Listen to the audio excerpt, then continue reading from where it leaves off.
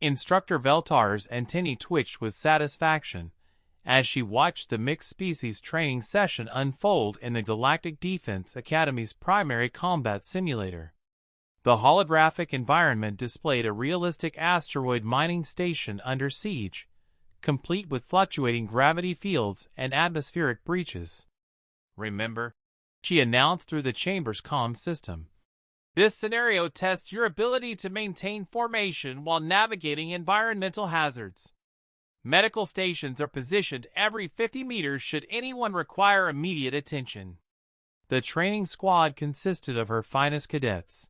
Zix-4, a crystalline Alterian whose species could interface directly with technology. THYSS, a gas-adapted nebular whose translucent form could phase through solid matter. Krilo, a four-armed Centaurian with reflexes honed over millennia of evolution. And David Martinez, the lone human in the program.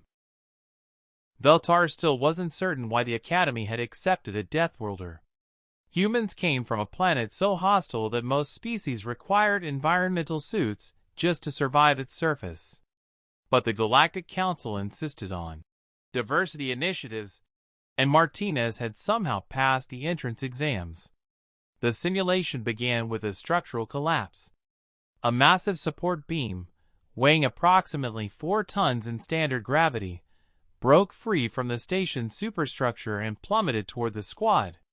"Scatter formation," Krilo commanded, his military background taking over. Zix-4 flickered out of existence, teleporting through his crystal matrix. THYSS simply allowed the beam to pass through her gaseous form. Krilo's 4 arms propelled him in a graceful leap to safety. Martinez, bound by primitive bipedal locomotion, couldn't move fast enough. The beam struck him directly across the torso, with a sickening crack that echoed through the simulator. His body crumpled under the impact, and he disappeared beneath a massive chunk of twisted metal. "Simulation pause!" Veltar shrieked, her vocal cords producing harmonics of pure panic. "Medical emergency! All units to..." "I'm fine," came a muffled voice from beneath the beam. The other cadets stared in stunned silence as the 4-ton obstacle shifted upward. Martinez emerged from underneath, dusting off his uniform with casual indifference. "Martinez!" Veltar's voice cracked through the translator. "That beam registered 4.7 tons of impact force.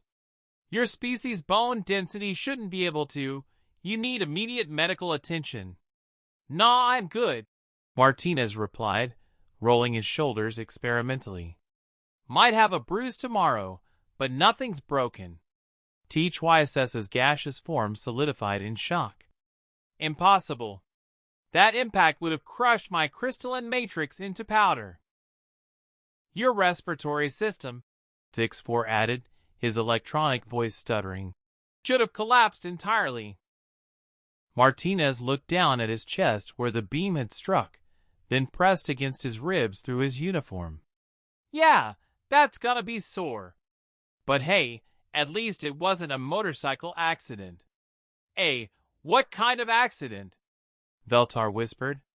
"Motorcycle. You know, two-wheeled vehicle, goes really fast. No protection except a helmet if you're smart." Martinez shrugged. "Had a buddy who got hit by a semi-truck doing highway speeds. Broke both legs, 3 ribs, and his collarbone. He was back at work in 6 weeks." The training chamber fell silent, except for the hum of life support systems.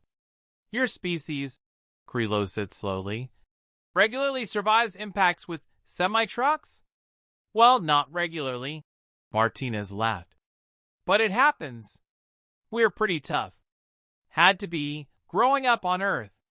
Between the weather, the wildlife, the geology, the diseases." He paused, noticing their expressions. "Wait, are you guys made of glass or something?" Dr. Nixval, the Academy's chief medical officer, materialized via transport pad, her 8 tentacles writhing with urgency. "Where's the casualty? I brought the emergency stasis field in." She stopped mid-sentence, staring at Martinez, who was now doing stretching exercises. "False alarm, Doc," Martinez called out cheerfully. "Just got bonked by a chunk of metal. Nothing a little ibuprofen won't handle." "Ibuprofen?" Dr. Nixval's tentacles went limp. "You're treating potential internal hemorrhaging with recreational chemicals?" "It's not recreational. It's over-the-counter pain relief. You guys don't have aspirin?"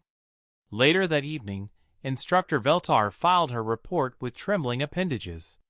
Under notable observations, she wrote, "Recommend immediate reclassification of human durability ratings. Also recommend psychological evaluation of species that consider severe trauma a minor inconvenience. Further recommend hazard pay for instructors assigned to Death Worlder cadets." In the medical bay, Dr. Nixval was still running scans on Martinez, who was patiently explaining that on Earth, children regularly survived falls that would hospitalize most galactic species. The Academy would never be the same.